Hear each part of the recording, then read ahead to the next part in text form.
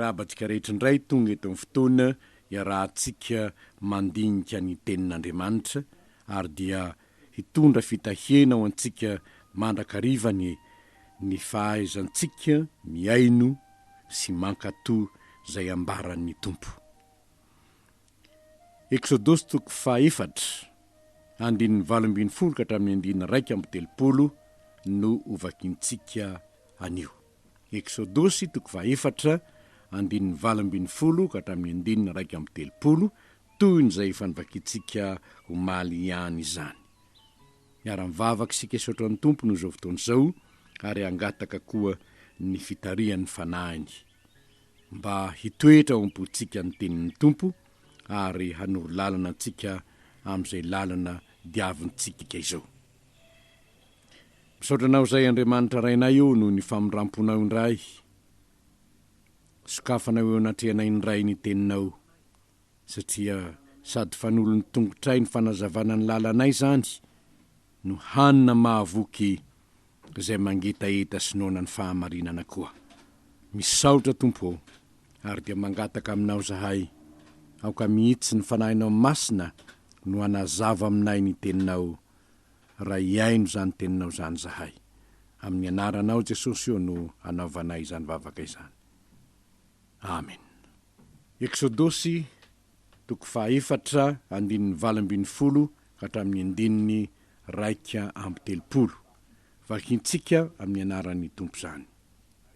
De lasa nandeha misesy ka niverina ho any amin'ny jetro rafozany ka nanao taminy hoe, masiny ianao, aoka aho andeha hiverina ho any amin'ny rahalahiko izay any Egypta, ka izaha na mbola velona ihany izy na tsy.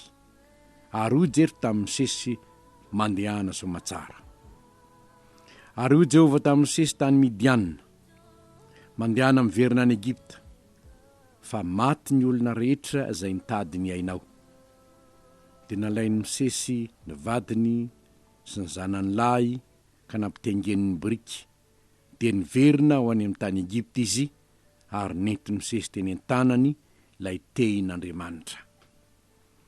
Ary hoy Jehovah tamin'ny Mosesy, raha mandeha miverina ho any Egypta ianao, indreo reo fahagagana rehetra ireo izay nataoko eo ny tananao, dia ataovy eo anatrehan'ny Farao, ary izaho hanamafy ny fony ka tsy handefa ny olona izy.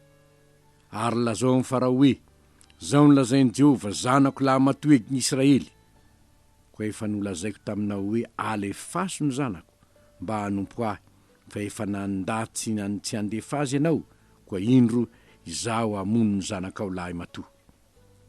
Ary no nitany an-dalana tany amin'ny fandrimba iny izy, de nitsena azy Jehovah ka nitady hamono azy, dia naka fiaratra vato Zipora ka namora ny zanany, ary zay nesorony dia natsipiny teo an'ilany tongony ka hoy izy, efa vady azoko amin'ny fandatsahan-dra ianao. Dia niala taminy izy, ary ora vehivavy vady azo amin'ny fandatsahan-dra ianao noho ny fora. Ary hoy Jehovah tamin'ny Arona, mandehana hitsenany Mosesy any anefitra, dia lasa nandeha izy ka nifanena taminy tao amin'ny tendrombohitr'Andriamanitra, dia nanoroka azy. Ary nambarany Mosesy tamin'ny Arona izay teny rehetra efa nanarahany Jehovah azy, izay famantarana rehetra efa nandidiny azy. Dia lasa nandeha Mosesy sy Arona ka nanangona ny loholo ny zanak'Israely rehetra. Dia nolazainy Arona ny teny rehetra izay efa nolazainy Jehovah tamin'ny Mosesy, sady nataony teo imason'ny olona ny famantarana. De nin'ny olona ary fareny fa Jehovah efa namanga ny zanak'Israely ka efa nitsinjo ny fahoriany, de niondrika izy ka nikoka. Ray masino, manamasinanay amin'ny fahamarinana, fa ny teninao ny fahamarinana.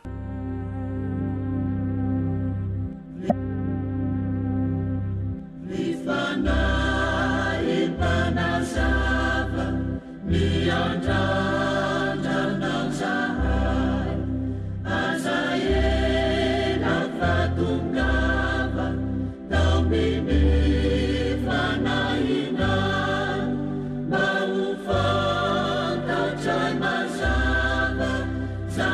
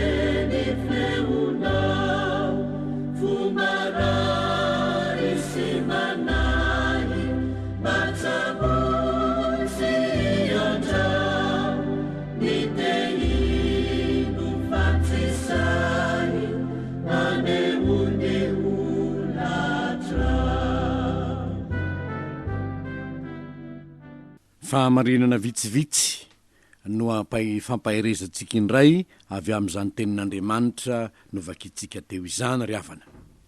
Ny voalohany amin'ireny dia zao: niverina tany Egipta misesy valim-bavaky ny Israely nampahoriana.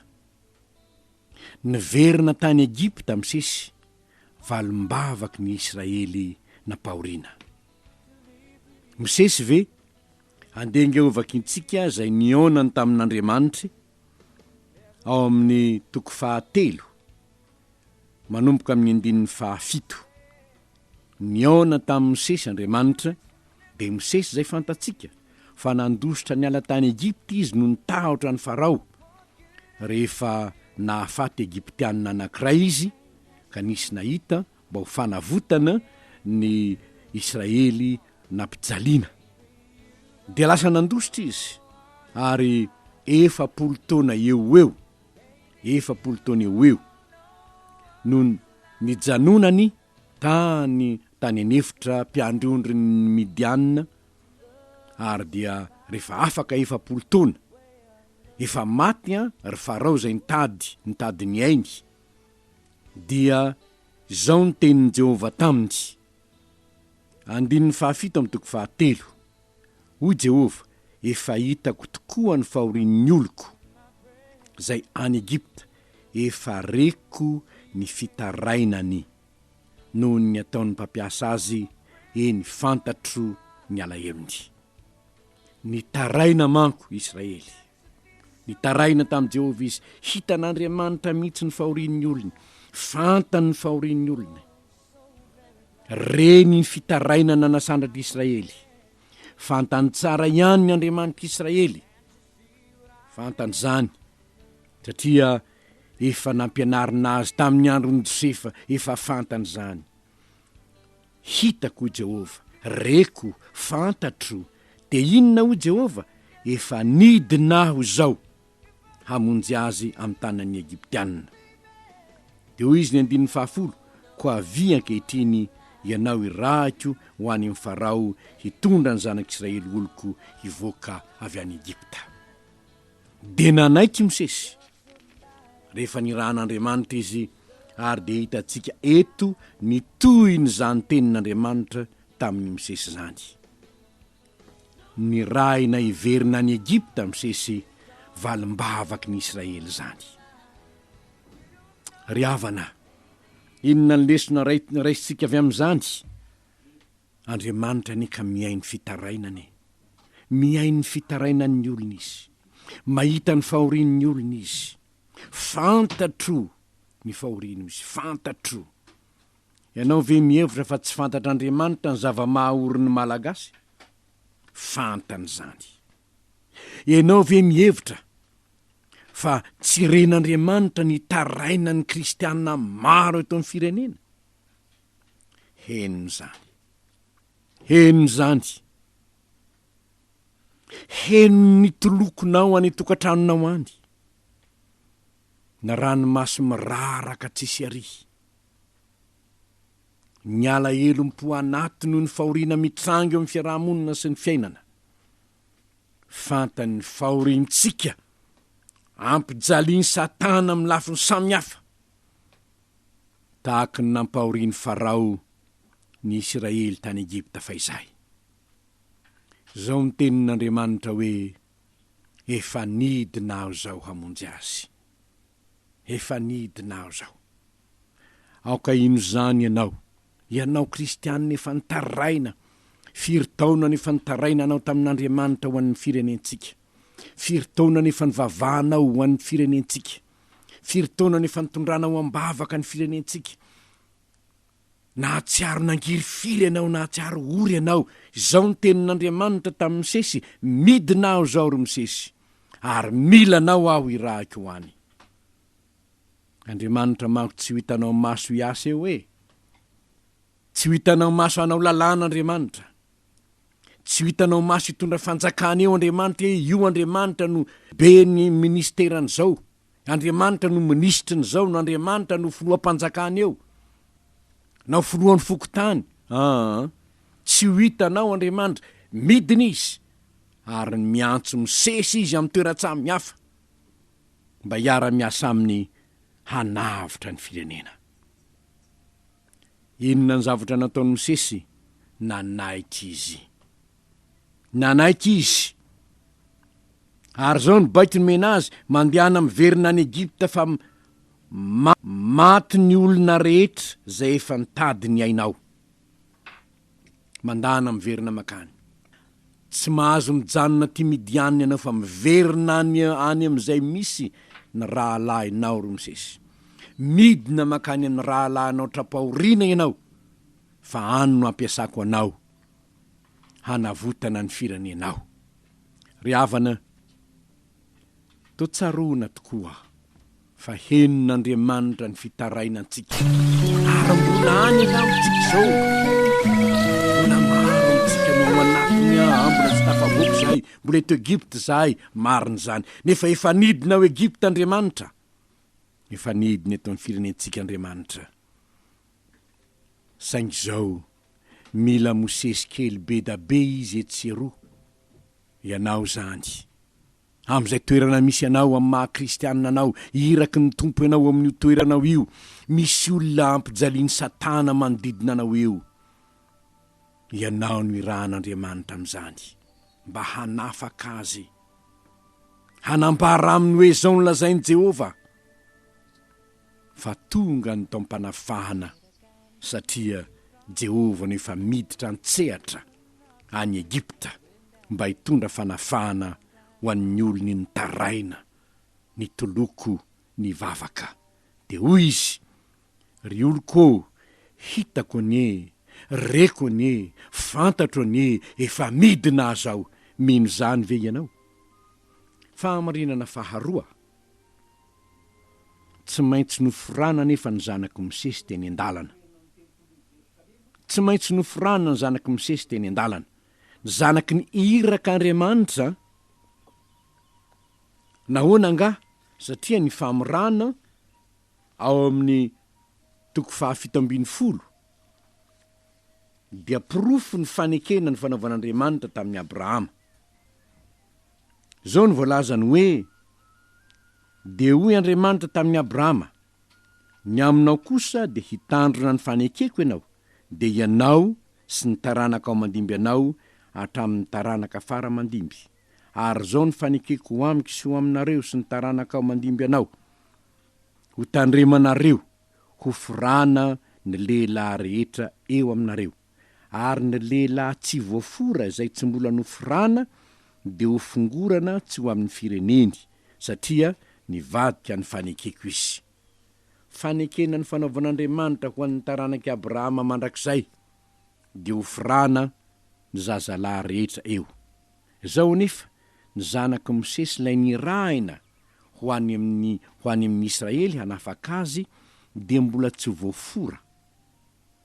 Gersoma ny anaran'ny anankiray, ary Eliezera ny anaran'ny anankiray amindreo taranaky Mosesy reo.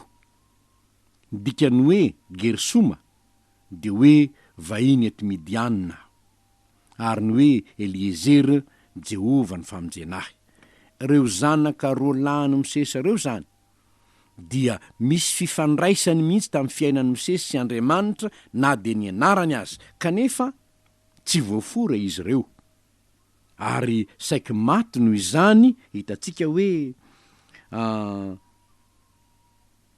ka dia ary noho ny tany teny an-dalana tamin'ny fandriam-bahiny izy de nitsena azy Jehovah ka nitady hamono azy de naka fiaratra vato zipora ka namora ny zanany ary zay nesorony dia natsipiny teo anilan'ny tongotry misesy zany ka hoy izy vady azoko amin'ny fandatsahan-dra ianao de niala taminy Jehovah ary oy raha vehivavy tena vady azoko avy amin'ny fandatsahan-dra ianao noho ny fora.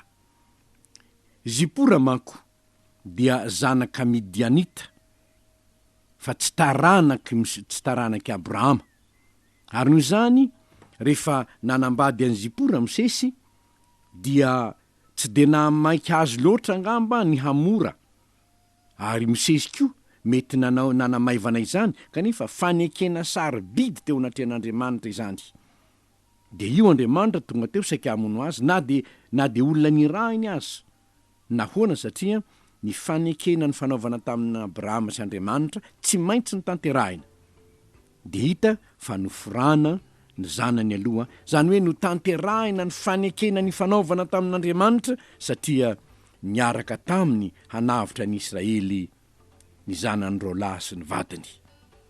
Famorana ve mandraky ty ny androany mbola mifora daolo ny taranaky Abrahama rehetra ary ny mahavarina aza de ny malagasy de mba nandray an'izany famorano zany ko saingy zao ny famoran'ny malagasy dia nanjary natao famorana jentilisa aty aorina ka de nanaovana fety hafahafa ny famorana fa tsy fankalazana an'Andriamanitra na famerenana indray ny fanekena zay nifanaovan'Andriamanitra tamin'ny Abrahama. Zao nefa taty aorina no nitonga ny filazantsara amin'ny testamenta vaovao de nahariary ny Paoly apôstôly fa tsy mahasona ny famorana na ny tsy famorana fa ny maha-olom-baovao ao amin'ny Kristy izany ny mahataranaky Abrahama amin'ny finoana. Izany hoe ny olona ny rahin'Andriamanitra dia olona manana fiainana mifora, fiainam-pianakaviana mifora, olom-baovao ao amin'ny Kristy. Tompona andraikitra ny amin'izany sika ray aman-dreny manao ahoana ny fiainany zanatsika ary ny zanaka ihany koa eto de hitatsika ny hoe somasy Eliezera de ny reniny eneny namora azy tsy moramora ne zany tsy zavatra mora tamin'ny Zipora zany reo zanany mirahalahy reo asa nefa 4 taona izy nefa 4 taona satria 40 taona misesy ny tany amin'ny tany Midianina ny androndriny ny rafozany tsy fantatra na 4 taona izy reo am'izao fotoana zao asa 20 taona kanefa de ny reniny no namora azy tsy zavatra mora ne zany nefa Zipora koa de nankato zany ary nandatsahan-dra zany zaza forany zany ine tsy mbola nisy anestezia ohatrany am'izao fotoana zao tsy mora zany nefa nataony satria fanekena ny fanaovana tamin'Andriamanitra. Ry havana, mety misy zavatsarotra tsy maintsy tanterahintsika rehefa isika mifanaiky amin'Andriamanitra. Mety misy zavatsarotra tsy maintsy atao nefa tanterahiny zany rehefa manaiky ny hiara mandeha amin'Andriamanitra ianao. Ary rehefa vita ny famorana mazava loatra fa niala teo tsy tezitra intsony Andriamanitra fa niala tamin'ny fahatezerin'Andriamanitra ny dikan'izany. Fahamarena manaraka zay tena zava-dehibe de zao ny olona teo amin'ny Israely no nampitana voalohany ny afatr'Andriamanitra. Hitatsika manomboka amin'ny 17 izany ka hatramin'ny 130 lasa nandeha misesy Arona Israely rehetra izy ka nolazainy Arona ny teny rehetra zay fa nolazainy Jehovah tamin'ny misesy. Andriamanitra hanavitra ny Israely, ny zanak'Israely no ampitana ny afatra voalohany. Ny olona ao amin'ny zanak'Israely, ny olona ao amin'ny zanak'Israely. Izany tsy maintsy mandray ny afatra voalohany.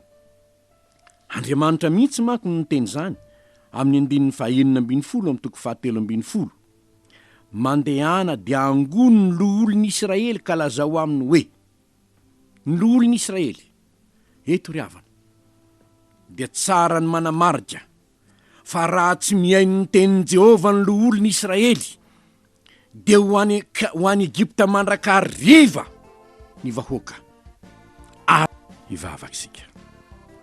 Andriamanitra ray zanaka fanahy masino misaotranao ndray izay no ny teninao, manambara aminay tokoa fa miantso olona ianao mpiara-miasa aminao ho mpanafaka ny firenena. Mivavaka aminao izay ho ny olona rehetra, ho ny manam-pahefana rehetra napetraka ho eto amin'ny firenenay.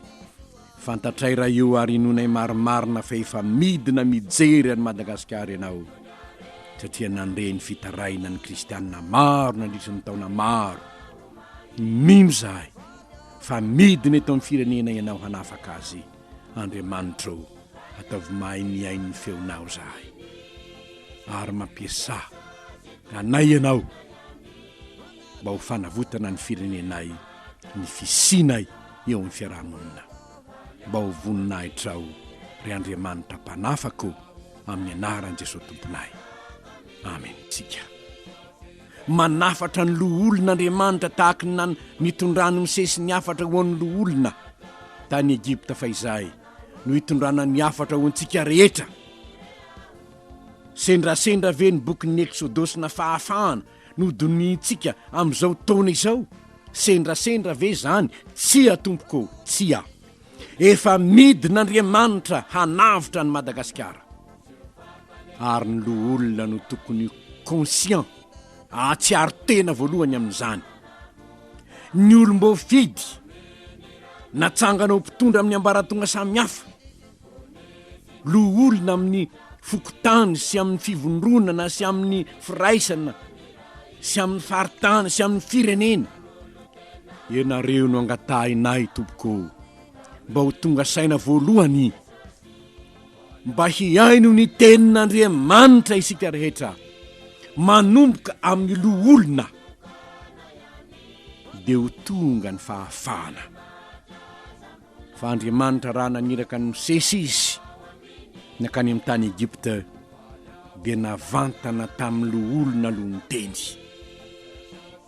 Mangataka aminareo zahay, ry raim-pianakaviana, raim-pirenena, raim-pivondronana, raim-paritany, ianareo rehetra napetraka olona, mangataka aminareo zahay tompoko, henoy ny tenin'i Jehovah. Fa rehefa mihaino ny tenin'i Jehovah ianareo ka mankatoy ny tenin'i Jehovah ianareo, hanaraka ihany koa ny vahoaka. Fa izany no zavatra hitantsika ato amin'ny Exodosy toko 4 manomboka amin'ny 7:20 hatramin'ny 1:30. Ara izany ny marina ho hitantsika ny toy ny tantara fa hiala avy any amin'ny fahababoana tokoa Israely. Satria ny ondrika sy ny ekoka ny vahoaka rehefa mihaino ny olona, rehefa mino ny olona manaraka ny vahoaka. Ary noho izany tompona ndraikitra ny olona. Raha tsy mihaino ny tenin'Andriamanitra ny vahoaka dia satria ny olona tsinona tsy mihaino ka. Raha ny olona sanatria andeha hitarika ny olona anao izay zavatra mifanohitra ny tenin'Andriamanitra, anahoana moa ny vahoaka? Ny loha ve tsy ho arahy ny tongotra fa ny misin'ny filaminana ry havana, dia satria manaiky ny baikony loha ny tanana sy ny tongotra sy ny rantsam-bantana rehetra. Ny ondrika ny vahoaka, ny ekoka ny vahoaka rehefa hitany fa nany olona aza nanaiky. Ry havana, anjarantsika rehetra ny mandiny tena. Eto nefa dia tsara koa ny milaza fa na dia misy aza olona haningana tsy anaiky, isika vahoaka dia antsoina hihaino ny tenin'Andriamanitra. Fa izany ihany ny fanavotana ao antsika. Ary koa na dia tsy hanaraka aza ny fianakavianao, na dia tsy hihaino aza ny fianakavianao, ianao mihaino ny tenin'ny Tompo fa efa midina hamoaka ny Madagasikara, hampiala azy avy any Egypta ho any amin'ny tany Kanana Jehovah. na tsy hanaraka azany loolona sasantsasany sanatria ianao zay napetrak'Andriamanitra ho loolony ao amin'ny firenena. Enoy enoy ny afatr'Andriamanitra fa izany no ahatanterahanao ny andraikitra zay nomen'Andriamanitra anao amin'ny nametrahany anao amin'izany toerana mahaloolona anao eo amin'ny firenena izany. Ary raha izany no marina, ianao zay mihaino ny tenin'i Jehovah, ho hitantsika manaraka ny vokatry ny fankatoavan'ny loolona ny tenin'Andriamanitra, ny vokatry ny fiainon'ny loolona ny tenin'Andriamanitra, ho hitantsika manaraka izany. Mba ho isan'izay loolona sy manam-pahefana hanaiky ny tenin'Andriamanitra ny ianao, ataony fiasana eo am-pelantanany ho famonjena ny firenentsika. Hivavaka isika. Andriamanitra no misaotranao ndray izay no ny teninao, manambara aminay tokoa fa miantso olona ianao mpiara-miasa aminao ho mpanafaka ny firenena. Mivavaka aminao zay ho ny loolona rehetra, ho ny manam-pahefana rehetra napetraka ho eto amin'ny firenenay. Fantatray raha io ary inonay marimarina fa efa midina mijery any Madagasikara ianao, satria nandre ny fitarainany kristianina maro nandritra ny taona maro. Mino zahay fa midina eto amin'ny firenena ianao hanafaka azy. Andriamanitra o, ataovy mahay mihaino ny feonao zahay, ary mampiasa anay ianao mba ho fanavotana ny firenenay, ny fisinay eo amin'ny fiarahamonina, mba ho voninahitrao ry Andriamanitra mpanafako amin'ny anaran'i Jesoa tomponay. Amen. Amen.